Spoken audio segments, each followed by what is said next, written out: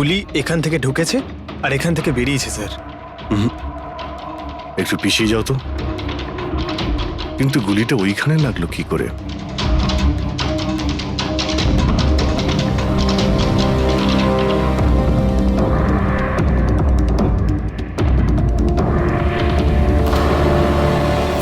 এই ল্যাম্পে ডেন্ট আছে। আচ্ছা, এরকম নয় তো যে গুলি এই ল্যাম্পে ধাক্কা লেগে অলোকের পায়ে লেগেছে? হ্যাঁ, এটাও হতে পারে। কিন্তু স্যার ল্যাম্পে গুলি এই অ্যাঙ্গেল থেকে লাগলো কিভাবে? হতে পারে যে ওরা বলছিল না যে খুনি এইখানে ছিল। যদি এখান থেকেও গুলি চালিয়ে থাকে তো খুনি এখানে দাঁড়িয়েছিল আর এইভাবে গুলি চালিয়েছিল। অভিজিৎ, এই ডেন্টের চিহ্নটা ওপর থেকে নিচের দিকে। যা অ্যাঙ্গেল আছে তাতে মনে হচ্ছে গুলি ওপর দিক থেকে চলেছে। উপর থেকে নিচে? তার মানে খুনি সিলিং এ বসেছিল। স্যার, উপরে গুলির দাগও আছে।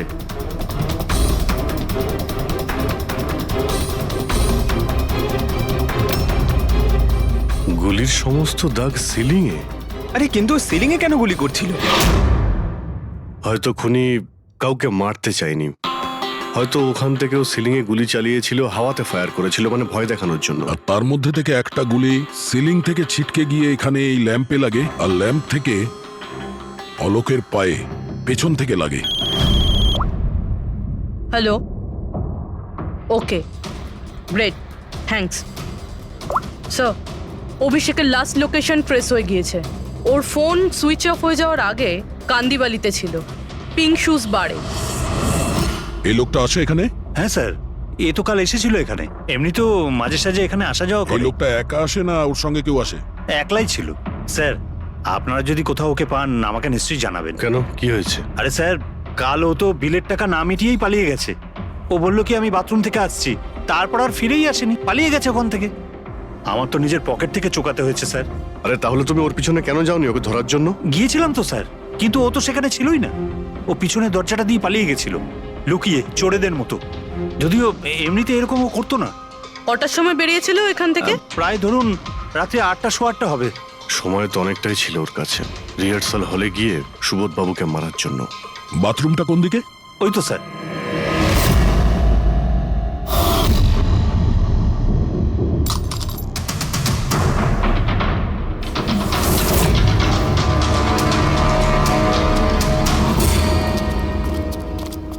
কাল রাত্রে এই লোকটাকে দেখেছিলে? আরে ও হাঁটতে হাঁটতে বেরিয়েছিল এখান থেকে। ভেবেছিলাম অন্য দিনের মতন আমাদেরই কোনো অটোতে যাবে হয়তো, কিন্তু তারপরও একটা মেয়েকে পেয়ে যায়। এইরকম দেখতে ছিল? এটাই। কালকে খুব বৃষ্টি হচ্ছিল আর অন্ধকারও হয়ে গিয়েছিল, তাই ঠিক মতো দেখতে পাইনি। মেয়েটা যে এসেছিল সেটা বুঝতে পেরেছি। ও যে এলো দুজন একসঙ্গে চলে গেল। ওরা কোন দিকে গিয়েছিল? ওইদিকে। ওই তো। Thank you. Thank you. Thanks.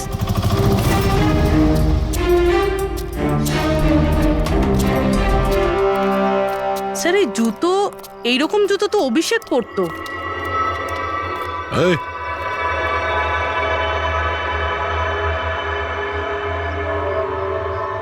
বেঁচে আছে? এই, ওঠ, ওঠ। মনে হচ্ছে কি জল ছিটাতে হবে।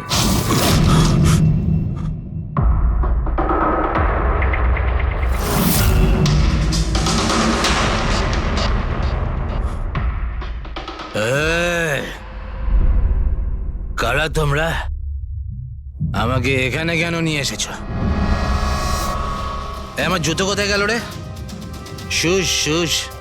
আমরা কে, তুমি এখানে কি করে এলে, তোমার জুতো কোথায়, এগুলো পরে। আগে এটা বলো, তোমার শার্টে সুবোধের রক্ত কি করে এলো? সুবোধ স্যারের রক্ত? হুম।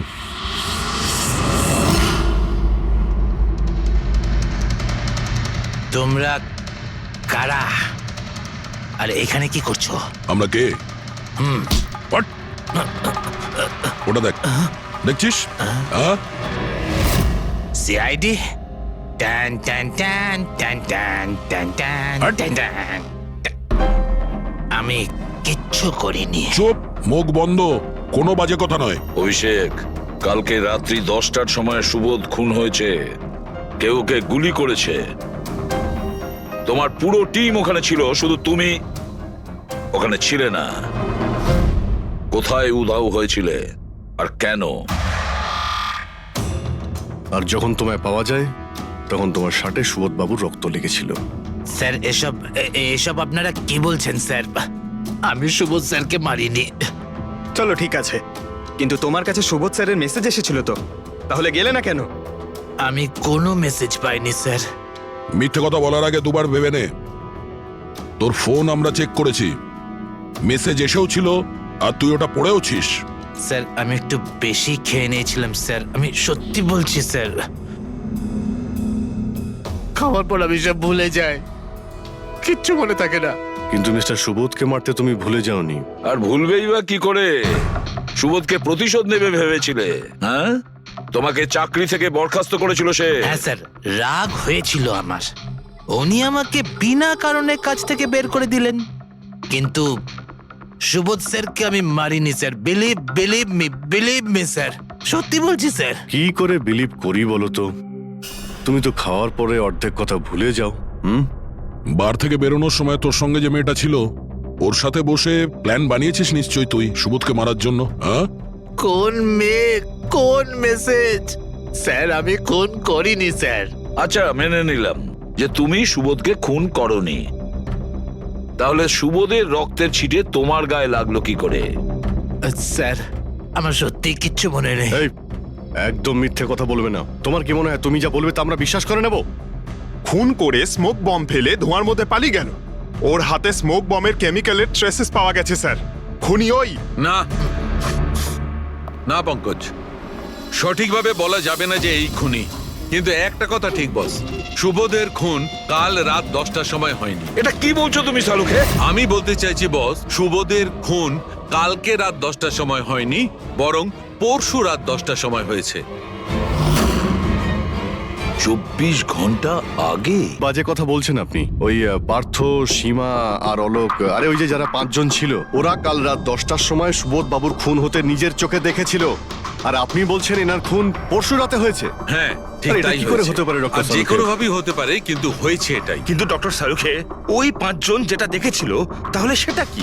আমি জানি না কি করে হয়েছে, কিন্তু একটা কথা আমি গ্যারান্টি দিয়ে বলতে পারি, সুবোধের মৃত্যু পরশু রাতে হয়েছে 10টার সময়, আর এর কারণও আছে।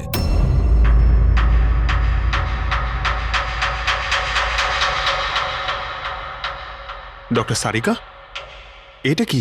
ট্র্যাশ নোয়ার। ট্র্যাশ নোয়ার মানে? পঙ্কজ, মৃত্যুর সময় যদি কোনো ব্যক্তির চোখ খোলা থাকে তাহলে তার চোখের পিউপিলসের নিচে একটা ব্রাউন কালারের লেয়ার তৈরি হয়। চোখের মধ্যে যে মনি থাকে সেটা শুকোতে শুরু করে, ময়েশ্চার শেষ হতে শুরু করে, আর সেই কারণে পিপলসের নিচে ব্রাউন লেয়ার আসে। একে ট্রেশনর বলে। আর মৃত্যুর পর যত বেশিক্ষণ চোখ খোলা থাকে তত এই লেয়ারটার কালার ডার্ক হতে থাকে। আসল কথাটা বলো সালুকে, তুমি কি বলতে চাইছো? আসল কথা হলো এটা বস, এই দেখো এর ট্রেশনরের কালারটা দেখো, এর ডার্কনেস এই কথা বলছে যে এর মৃত্যু কাল রাতে হয়নি, বরং পরশু রাতে হয়েছে। কিন্তু ডক্টর সালুখে, আমরা যখন সুবোধ বাবুর বডিটা পেলাম তখন তো ওনার চোখ বন্ধ ছিল। হয়তো তোমাদের যাওয়ার একটু আগেই খুনি ওর চোখ দুটো বন্ধ করে দিয়েছিল। হয়তো এটা হয়েছে, হয়তো ওটা হয়েছে। আরে তুমি তো নিশ্চিত করে কিছু বলছোই না, তুমি ভুল করছো সালুকে। কি আমি ভুল করছি? হ্যাঁ ভুল করছো। মানে হচ্ছে তুমি সায়েন্টিফিক এভিডেন্সটাকে ভুল বলছো। আগে হ্যাঁ। অদ্ভুত ব্যাপার, তার মানে ফরেনসিক টেস্টকে তুমি ভুল বলছো, মিথ্যে বলছো। দেখো সালুকে, ফরেনসিক এভিডেন্সের কোনো কথা বলছি না, ভুল মানুষ করে, বুঝেছো? কিন্তু আমি কোনো ভুল করতে পারি না। কেন হতে পারে না? কারণ আমি ফরেনসিক এক্সপার্ট ভাই। আরে তুমি নিজেকে ভগবান ভাবো নাকি? কিন্তু আমি এক্সপার্ট স্যার, বটে। ভুল করো না। একদম বাজে কথা বলো না। আরে কি ধরনের কথা বলছো? স্যার একটা কথা বলুন আমাকে, যদি এরকম হয়, মানে যদি এরকম হয়ে থাকে, তো যখন আমরা এনার বডি পেলাম তখন এনার কম্প্রেসার তো অনেকটাই কম হওয়া উচিত ছিল। আর দুদিনে তো স্যার বডি পচে যাবে। শুধু বাড়িতেই নয় স্যার, আশেপাশেও তো পচে দুর্গন্ধ বেরোবে। কোনো ডেড বডিকে এভাবে রাখা কোনো বড় কাজ তো নয় না দয়া। খুনি হয়তো এই বডিটাকে কোনো ফ্রিজার বা 0 ডিগ্রি টেম্পারেচারের মধ্যে রেখে দিয়েছিল। দেখো কি হয়েছিল, কি হতে পারতো সেটা আমি জানি না। আমি শুধু একটা কথাই জানি, যেটা আমি বারবার বলছি, যে এর মৃত্যু কাল রাতে হয়নি, বরং পরশু রাতে হয়েছিল, রাত 10টার সময়। কিন্তু কালকে রাত্রি 10টার সময় 5 জন লোক নিজেদের চোখে দেখেছে ও যখন মারা যাচ্ছিল, বুঝেছো? আমার এই 5টা লোকের চোখের ওপর কোনো ভরসা নেই। আমার শুধুমাত্র এই চোখের ওপর ভরসা আছে। আর তুমি জানো, লাশ কখনো মিথ্যে কথা বলে না। তাহলে ডক্টর ওই 5 জন, ওই 5 আই উইটনেস যা দেখেছিল সেটা কি ছিল? স্যার দয়া করে আপনি কিন্তু এটা বলবেন না যে ওটা হলোগ্রাম ছিল বা কোনো 3D ইলিউশন ছিল, এটা কিন্তু বলবেন না দেখো please। বস, 3D ছিল, হলোগ্রাম ছিল, যা কিছু থাকতে পারে, আই ডোন্ট কেয়ার। আমি শুধু একটা কথা জানি, ওটা সুবোধ ছিল না, কারণ সুবোধ আগেই মারা গেছিল। এখন বলছে সুবোধও ছিল না। আগে হ্যাঁ, ও সুবোধ ছিল না। আর এই কথাটা আমি জোর দিয়ে বলছি, যদি কেউ আমার কথাকে মিথ্যে প্রমাণ করে, আমি সঙ্গে সঙ্গে এই চাকরি ছেড়ে দেবো।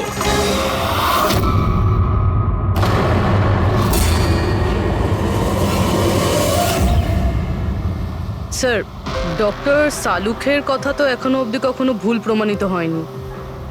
কি জানি এইবার উনি সত্যি সত্যি রিজাইন না করে দেয়। কিছু বলা যাচ্ছে না।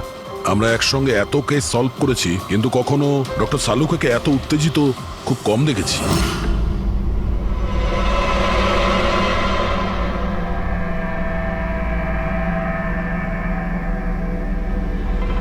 আরে ভাই, উনি ওনার কাজ করছেন আর আমরা আমাদের কাজ করছি।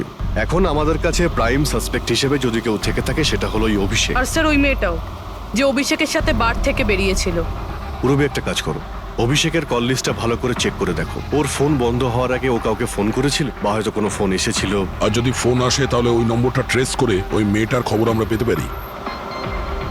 কিন্তু স্যার, যদি সালুখে স্যারের কথা সত্যি হয় তো? যদি সত্যি হয় তাহলে আমরা পাগল হয়ে যাব, আর যদি মিথ্যা হয় তাহলে উনি, তাহলে স্যার আমি এটা ভাবছি যে উনি এই কথাটা প্রুফ করবেন কিভাবে? আরে শুনলাম যে অনেকগুলো মিটার আর অনেকগুলো লাইট চেয়ে পাঠিয়েছেন ডক্টর সালুকে। ডক্টর সারিকা বলল। কেন কেন স্যার? আই এম শিওর এটা তো উনি ছাড়া আর কেউ বলতেই পারবেন না। ডক্টর সারিকাও না?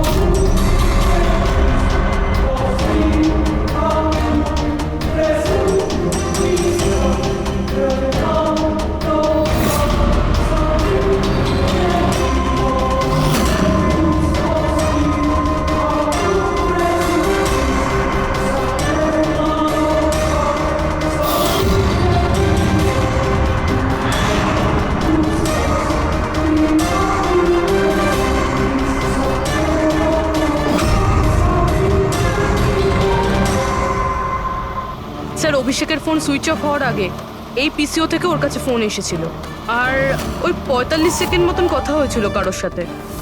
কাল রাত 8:08 নাগাদ কেউ এখান থেকে ফোন করেছিল ওকে।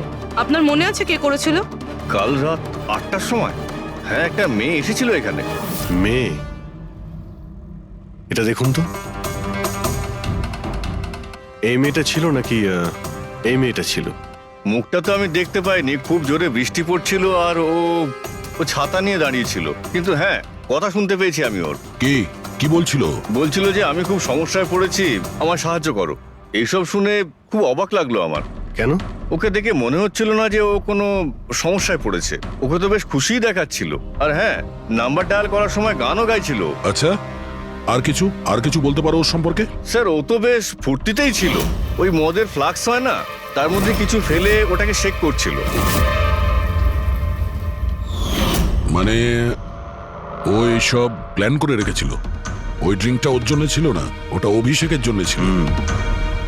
ও ফোন করে অভিষেককে ফাঁসিয়ে এখানে ডেকেছিল, আর ওই ড্রিঙ্ক ওকে খাইয়ে দিয়েছিল, আর তার মধ্যে কিছু নেশার জিনিস বা ওই ধরনের কিছু মেশানো ছিল। আর স্যার মনে হয় অভিষেক ওই মেয়েটাকে চিনতো, এই জন্য ওই মেয়েটার হাত থেকে ড্রিঙ্ক নিয়েও নিয়েছিল, আর তারপর খেয়ে অজ্ঞান হয়ে যায়। আর তারপরও অভিষেকের কাপড়ে সুবোধের রক্ত লাগিয়ে দিয়েছিল। সেই জন্যই অভিষেকের কিছু মনে নেই, কারণ নতুন নেশায় বুঁদ হয়েছিল। মানে ডক্টর সালুকে ঠিকই বলছিল, অভিষেককে ফাঁসানো হচ্ছে, খুনি তো অন্য কেউ। কি হলো সালুকে, তোমার কি হয়েছে? হ্যাঁ, দেখো এ কি তোমার কাজের নমুনা? চেহারাটা কি করেছে? ডক্টর সালুকে, ডক্টর সারিকা বলছেন যে আপনি নাকি এক ফোঁটাও জল খাননি।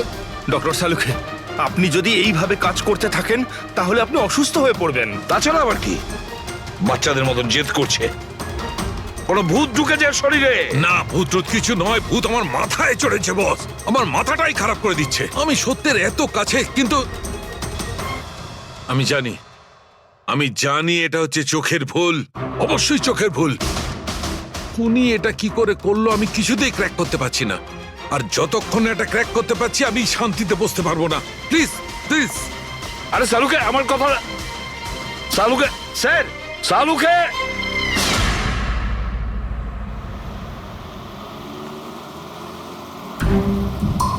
যদি ডক্টর সালুখের কথা ঠিক হয় তাহলে সেই রাতে যা যা হয়েছিল এখানে সবটাই ভুল ছিল, আর ওদের ভুল দেখানো হয়েছিল। শুধুমাত্র ওই গুলি আর ওই স্মোক বোম ছাড়া ওগুলো ইউজ হয়েছিল।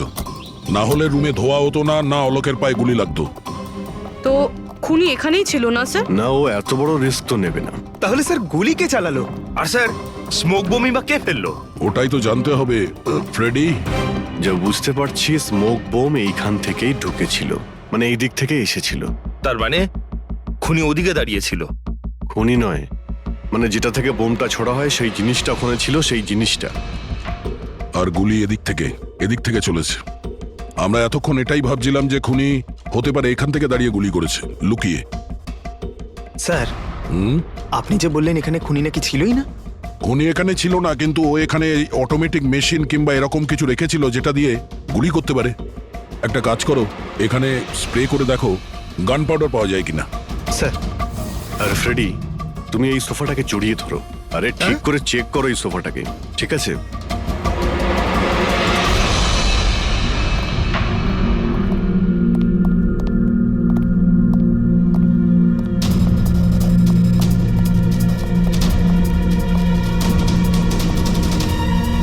এখানকার এসি কাজ করছে না। আরে পঙ্কজ বলছিল এখানে প্রচন্ড গরম লাগছে। কি গরম লাগছে? আমি এসি অন করে দিচ্ছি। এসিটার আবার কি হলো? পরশু অব্দি তো ঠিক ছিল। কিন্তু এই আই উইটনেসটা বলছিল যে দুদিন আগে এই এসিটা তো ঠিক ছিল, হঠাৎ কি করে খারাপ হয়ে গেল?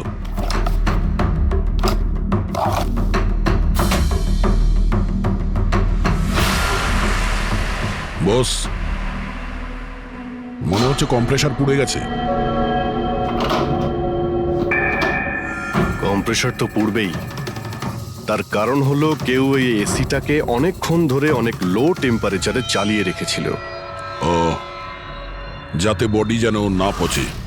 আর সেই কারণেই যখন লাশটা পাওয়া গেল তখন বডি টেম্পারেচার নর্মাল ছিল, যাতে লোকে মনে করে যে খুন এক্ষুনি হয়েছে। স্যার,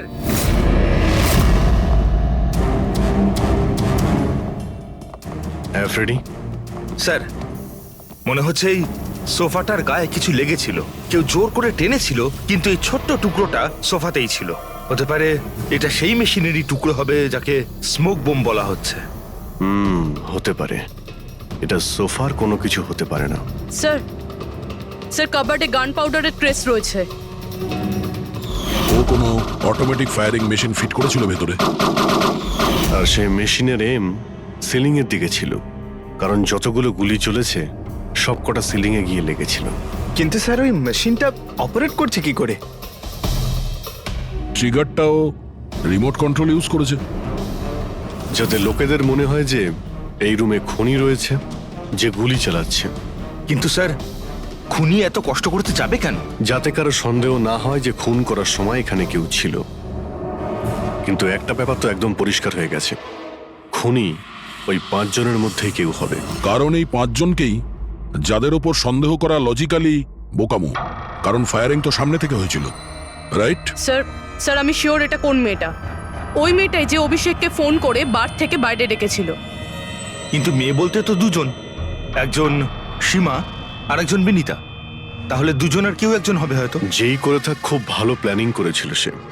প্রথমে সুবোধকে খুন করে, তারপরে ওনাকে অন্য রুমে নিয়ে যায় আর সেখানে এসি চালিয়ে রেখে দেয়।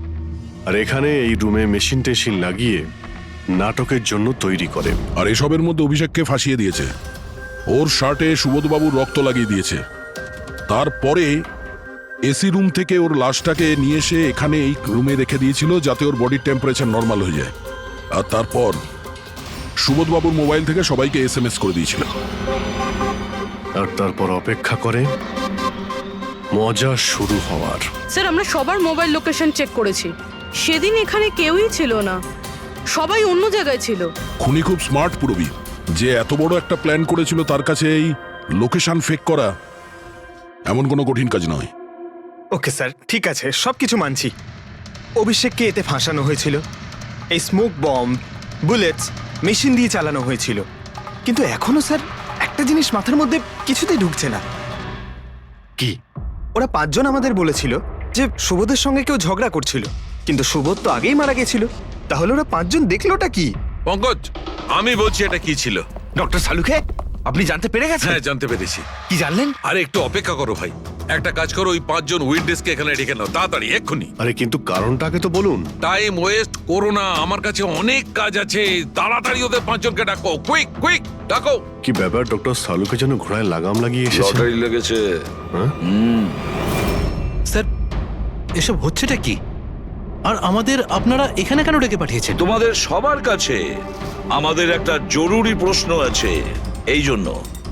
কি? আচ্ছা, তোমরা জোর দিয়ে বলতে পারো যে তোমরা সবাই সুবোধকে খুন হতে দেখেছিলে? হ্যাঁ স্যার, আর এই কথাটা তো আপনাকে আগেও বলেছি। আরে সরি, এটা আমার মিস্টেক। আচ্ছা, তোমাদের জন্য একটা প্রশ্নের উত্তর সহজ করে দিচ্ছি। আচ্ছা, তোমরা কি সবাই ওই সুবোধকেই খুন হতে দেখেছিলে? হ্যাঁ স্যার, আমরা সবাই তো সেখানেই ছিলাম, আমরা সুবোধ স্যারকেই দেখেছিলাম। স্যার, ইউ মিন উনি সুবোধ স্যার ছিলেন না অন্য কেউ ছিলেন? ওনার duplicate or something? No way, এটা হতে পারে নাকি? আমরা কি সুবোধ স্যারকে চিনি না নাকি? এক্স্যাক্টলি স্যার, আমরা এতটাও বোকা নই। আমি সেটা কখন বললাম তোমাদের যে তোমরা সবাই বোকা? আমি কিন্তু কিছু বলিনি, যা বলেছে এ বলেছে।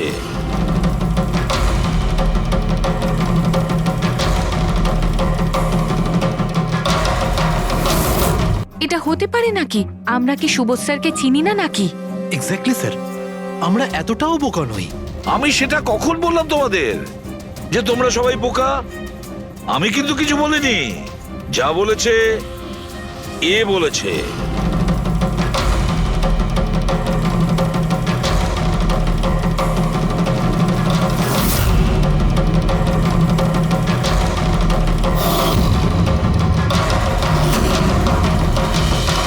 এসব আবার কি? চোখের ধাঁধা। আমি তোমাদের সেটাই দেখাবো যেটা আমি দেখাতে চাই। সেটা এরকমই ধোঁয়াশা ছিল। সেদিন রাত্রে সুবোধ যখন খুন হয়, তোমাদের চোখ ভুল দেখেছিল। তোমরা সবাই পেপার ঘোষ দেখে বোকা বনেছিলে। Paper ghost? Papers ghost? এসব কি? কিন্তু এসব কে করলো? তোমাদের মধ্যেই কেউ একজন।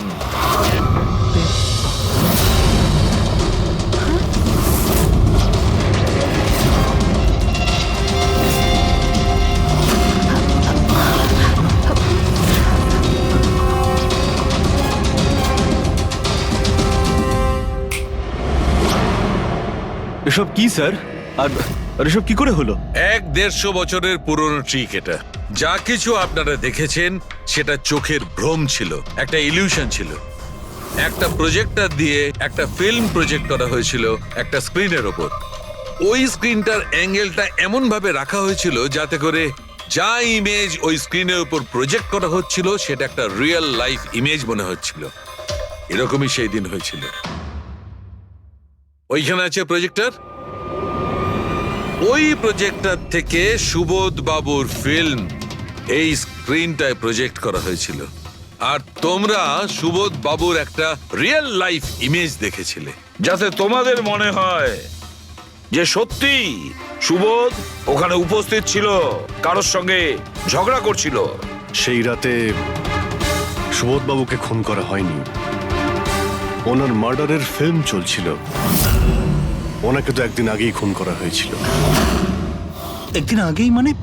কিন্তু স্যার, আমরা তো ওখানে কোনো প্রজেক্টর দেখিনি। যেরকম গুলি চালানোর জন্য আর স্মোক বম ফেলার জন্য মেশিন ইউজ করা হয়েছিল, সেইভাবেই খুনি প্রজেক্টরকে কোথাও লুকিয়ে দিয়েছিল? হ্যাঁ, একদম প্রজেক্টরকে কোথাও লুকিয়ে রাখা হয়েছিল।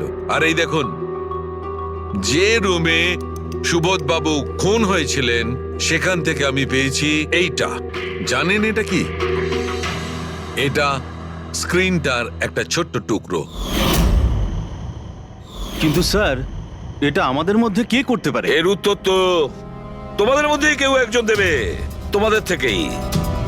এ দেখো,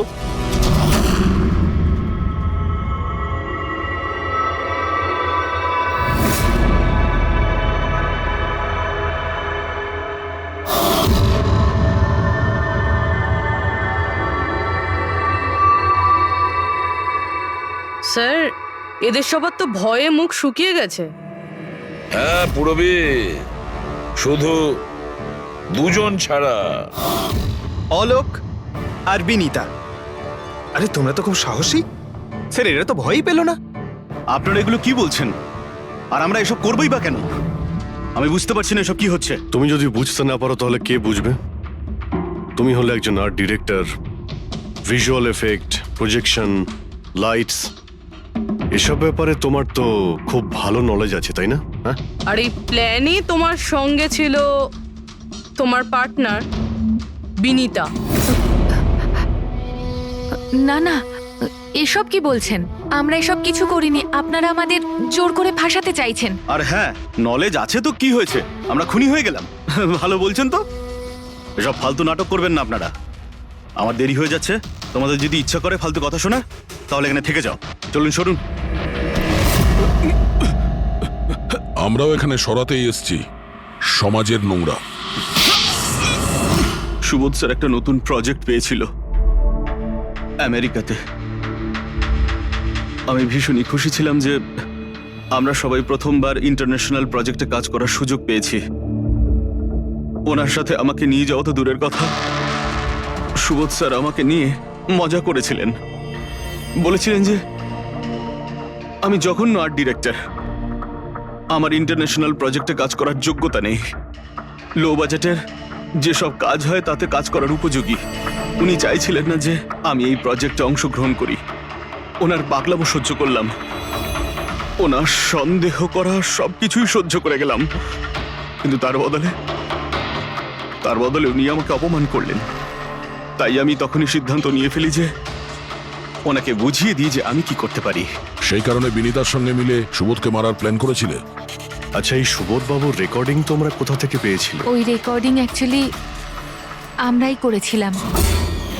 কিছুদিন আগে সুবোধ স্যারকে রিকোয়েস্ট করেছিলাম যে আমাকে একটা সিন রিহার্স করে দেখিয়ে দিন। স্যার অ্যাক্টিং করলেন আর ও রেকর্ড করলো। আর খুন কবে করেছিলে? 2 দিন আগেই আমি ওনাকে আমার বাড়িতে নিমন্ত্রণ জানিয়েছিলাম ড্রিঙ্কসের জন্য। আমি ওনার ড্রিঙ্কটা ওনার শার্টেই ফেলে দিই, তাই ওনাকে অন্য একটা শার্ট দিই পরার জন্য। ঠিক ওরকমই শার্ট, যেই শার্টে তুমি ওনার রেকর্ডিং করেছিলে, আর তারপরে ওনার খুন করে দিলে। পুরো তামাশা শেষ হয়ে যাবার পরে তুমি রুমে ঢুকে ওই মেশিনটা বের করে আনলে। আর ওই বেচারা অভিষেককে ফাঁসিয়ে দিল।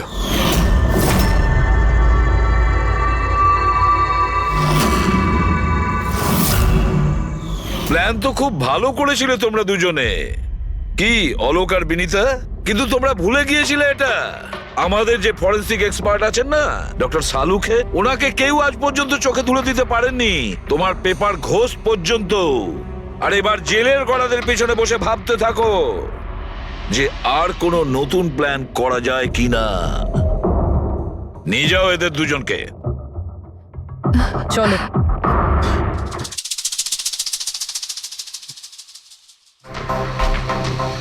হ্যাঁ বস, আমি বলেছিলাম না প্রমাণ করে দেবো, নাহলে চাকরি ছেড়ে দেবো, বলেছিলাম না? ভেবেছিলাম যে এবার নিষ্কৃতি পাবো ওর হাত থেকে। Thank you very much Salukhe. Thanks. দেখো, আবার রেজিগনেশন লিখতে যেও না, পরের বারে দেখবো। হ্যাঁ, কিন্তু অদ্ভুত লোক বটে।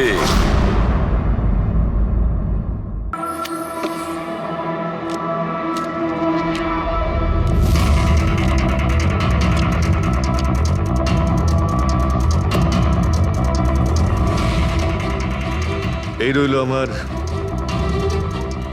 2 লাখ টাকার চাল।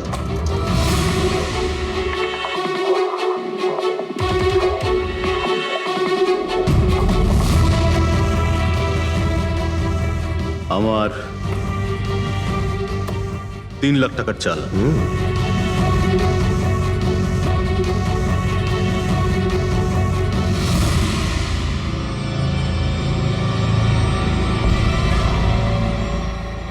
শো, মনে হচ্ছে আজকে আমার দিনটা খুব ভালো। আমাকে হারানো আজ তোমাদের পক্ষে সম্ভবই নয়। সম্ভব না, তাই না? হ্যাঁ, দাঁড়া দেখাচ্ছি।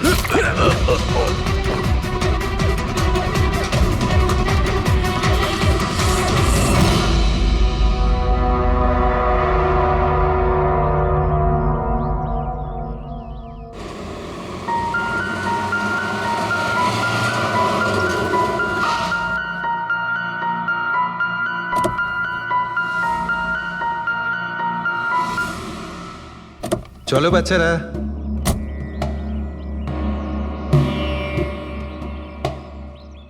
ভীষণ ক্লান্ত লাগছে, এত লম্বা ড্রাইভ। হেমন্ত, তুমি তো জানো আমরা ভ্যাকেশনে এসেছি, তাহলে কিছুদিন তুমি বিশ্রাম করে নিও। ওকে বাবা, ঠিক আছে, দরজা তো খোলো, আমি লাগেজগুলো নিয়ে আসছি। হ্যাঁ। এসো।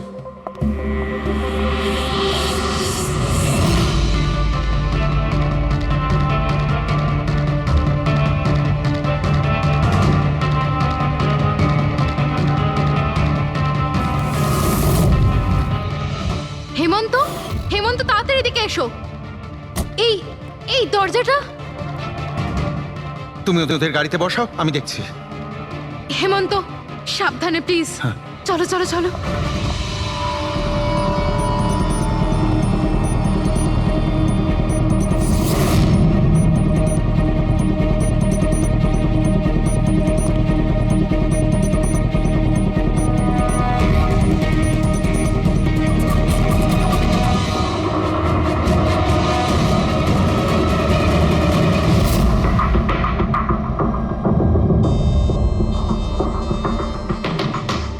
তিন চারবার আঘাত করেছে ছুরি দিয়ে।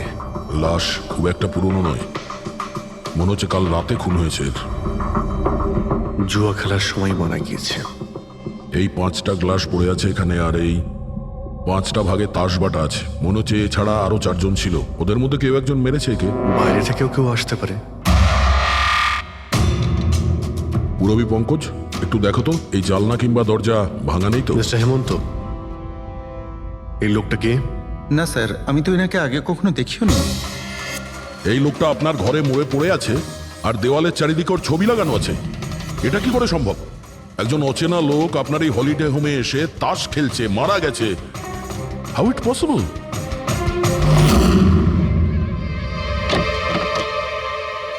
আচ্ছা, এখানে কোনো গার্ড নেই? ছিল স্যার, বহু বছর একজন গার্ড ছিল, কিন্তু ওই মাস চারেক আগে তার মৃত্যু হয়, ব্যাস তারপর থেকে আর কেউ নেই। আমি ভেবেছিলাম যে এবার একজন নতুন গার্ড রাখবো। আমায় বিশ্বাস করুন, আমি একদম সত্যি বলছি। আমি এই ভদ্রলোককে চিনিও না।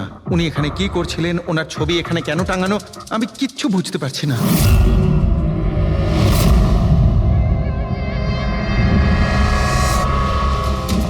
Pankaj,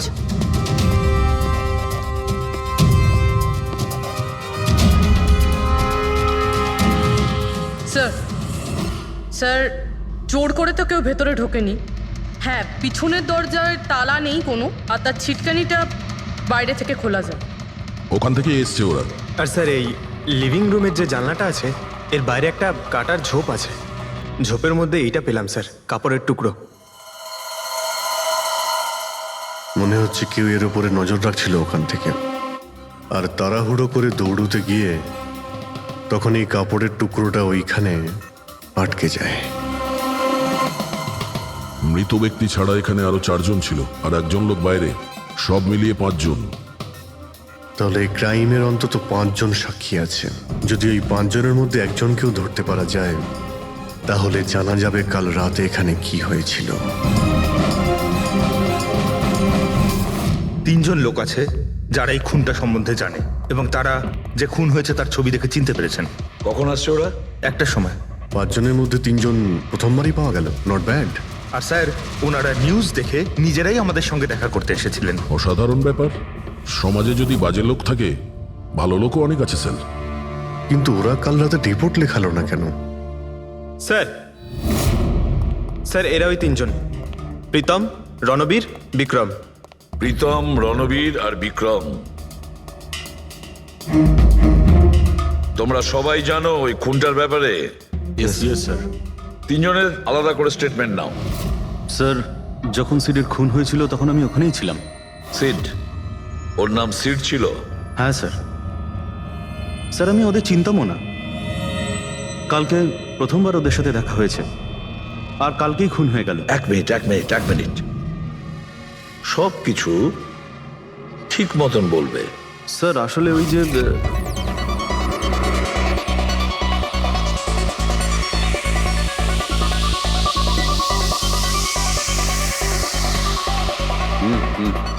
sure sir. কি হয়েছে স্যার? আপনি বোর হচ্ছেন? ক্লাবে ভালো লাগছে না আপনার? ক্লাব? তুমি এটাকে ক্লাব বলছো? মনে হচ্ছে ক্লাব তুমি দেখোইনি। স্যার আপনি এখানে নতুন এসেছেন, এই শহরে প্রথমবার এসেছেন? হ্যাঁ, নিউ ইয়র্কে থাকি। একটা কাজের জন্য ইন্ডিয়াতে এসেছি। কাজ শেষ হয়ে গেছে আর শহরে বসে বোর হচ্ছি। আপনার বোর্ডন দূর করার একটা রাস্তা আছে আমার কাছে। রিয়েলি? কি? একটু এক্সপেন্সিভ। সেটা চিন্তা তোমায় করতে হবে না। কি রাস্তা আছে সেটা বলো। ভেবে দেখুন স্যার, লাখ টাকার ব্যাপার, আর রিস্কও আছে। জোকিং? রিস্ক নেওয়া আমার হবি, আর সেটা যদি হয় টাকার, সেটা আমার কাছে অনেক আছে। কাজটা বলো। সুপার দেন। তুমি কি ধরনের জোকিং এর কথা বলছো? এরকম কোনো ব্যাপার নেই স্যার, শুধু জুয়া খেলতে হবে। লাখ টাকা, জিতে গেলে মালামাল আর হেরে গেলে কঙ্কাল। আর এমনিতেও আপনার টাকার তো কোনো চাপ নেই। তাহলে চলুন আমার সাথে, কাম। যাচ্ছ কোথায়? এক ভদ্রলোকের বাড়ি। ভদ্রলোকের বাড়ি? কে ভাই? ওই যে দেখতে পাচ্ছেন, ব্ল্যাক জ্যাকেট, হোয়াইট শার্ট। তাহলে ওই বারটেন্ডার তোমাকে ওর বাড়িতে নিয়ে গিয়েছিল, তারপর কি হয়েছিল? না স্যার, ও সিডের বাড়ি নিয়ে যায়নি। ও সিডের সঙ্গে পরিচয় করায়, তারপর আমরা সিডের বাংলোতে যাই।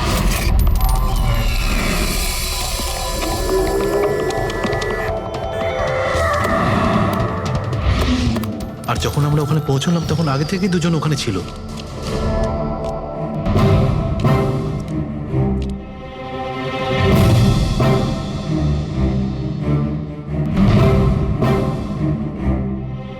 এই রইলো আমার 2 লাখ টাকার চাল।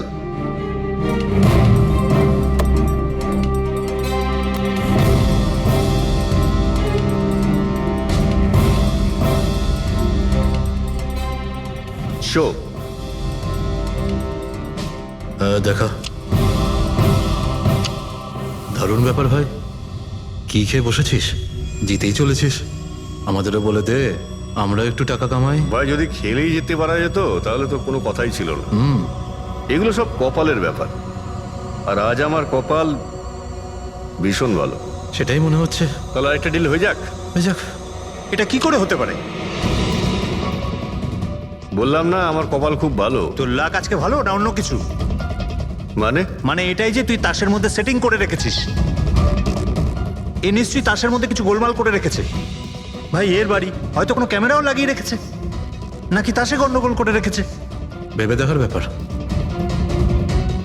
তোর মনে হচ্ছে আমি চিটিং করছি? অফকোর্স, নাহলে আমাদের মধ্যে কারোর হাতে ভালো তাস এলো না কেন? ওর এলো না, আমার এলো না কেন? তুই চিটিং করছিস, চিটার। এই, তুই আমাকে চিটার বলছিস? হ্যাঁ, তোকে চিটার বলছি। ও, হার মেনে নিতে পারছিস না তুই, তাই তো? খোকা, এটা বড়দের গেম, বাচ্চাদের নয়। যদি এখানে জিততে হয় না, তবে কার্ডে জিততে হয়। তাহলে বেরিয়ে যায় এখান থেকে। মুখ সামলে কথা বল। কি করছিস কি? কি করছিস কি ভাই? আরে ওকে তাড়া কেউ এখান থেকে। তার মানে হরিশ ওখান থেকে চুপ করে বেরিয়ে গেল? হ্যাঁ স্যার, প্রথমে আমারও মনে হচ্ছিল যে ও চলে গেছে, কিন্তু ও কিচেনে গেছিল। কিচেনে? হ্যাঁ স্যার, কিচেনে।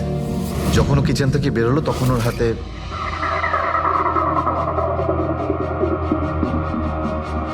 তুই আবার এসিস এখানে? তোকে বলেছি না এখানে আসবি না? দেখেছিস কেমন? কি হলো কি? তুই আবার হাত দিচ্ছিস গায়ে? আরে ভাই, আরে কি করলি কি তুই? আরে মেরে দিল ওকে। এটা এটা কি করলে? মেরে দিলে? আমি অ্যাম্বুলেন্সকে কল করছি, তোরা এখানে থাক। আরে মরে গেছো? পুলিশকে ফোন কর, না হলে আমরা সবাই ফেসে যাবো। পুলিশকে ফোন করলে আমরা বেঁচে যাব?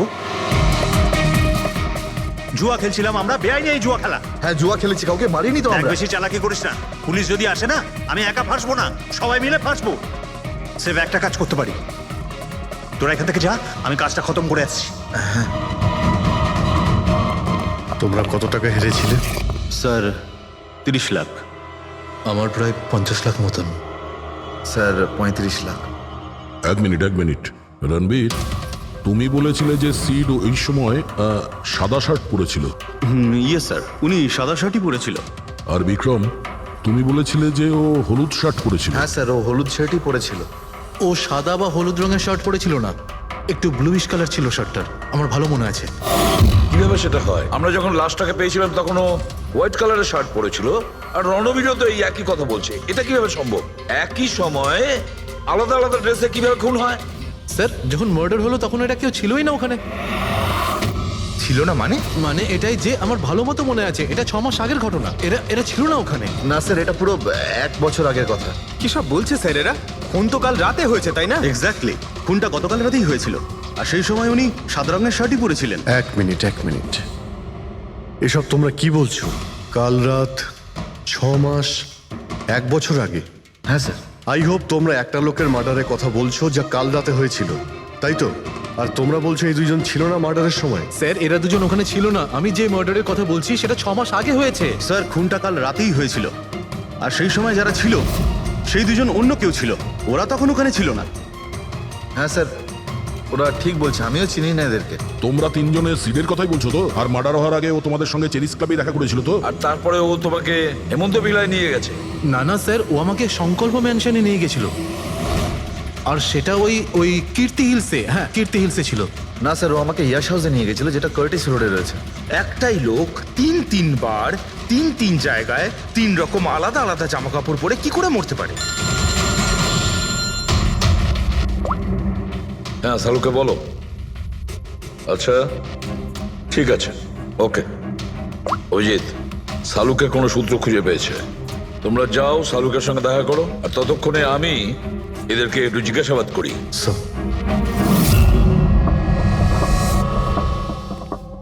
হ্যাঁ এসো এসো ভাই এসো, দেখো আমি কি পেয়েছি। আরেকটা কথা বলতে হবে, এই কেসটা বড় অদ্ভুত। হ্যাঁ ডক্টর সালুকে, কেসটা তো খুবই অদ্ভুত, আর যেগুলো আমরা জানতে পেরেছি ওগুলো। আরে না ভাই, ওইটাও তো অদ্ভুত নয়, আমি যেটা তোমাদের বলতে যাচ্ছি সেটা অদ্ভুত। হ্যাঁ কি হলো?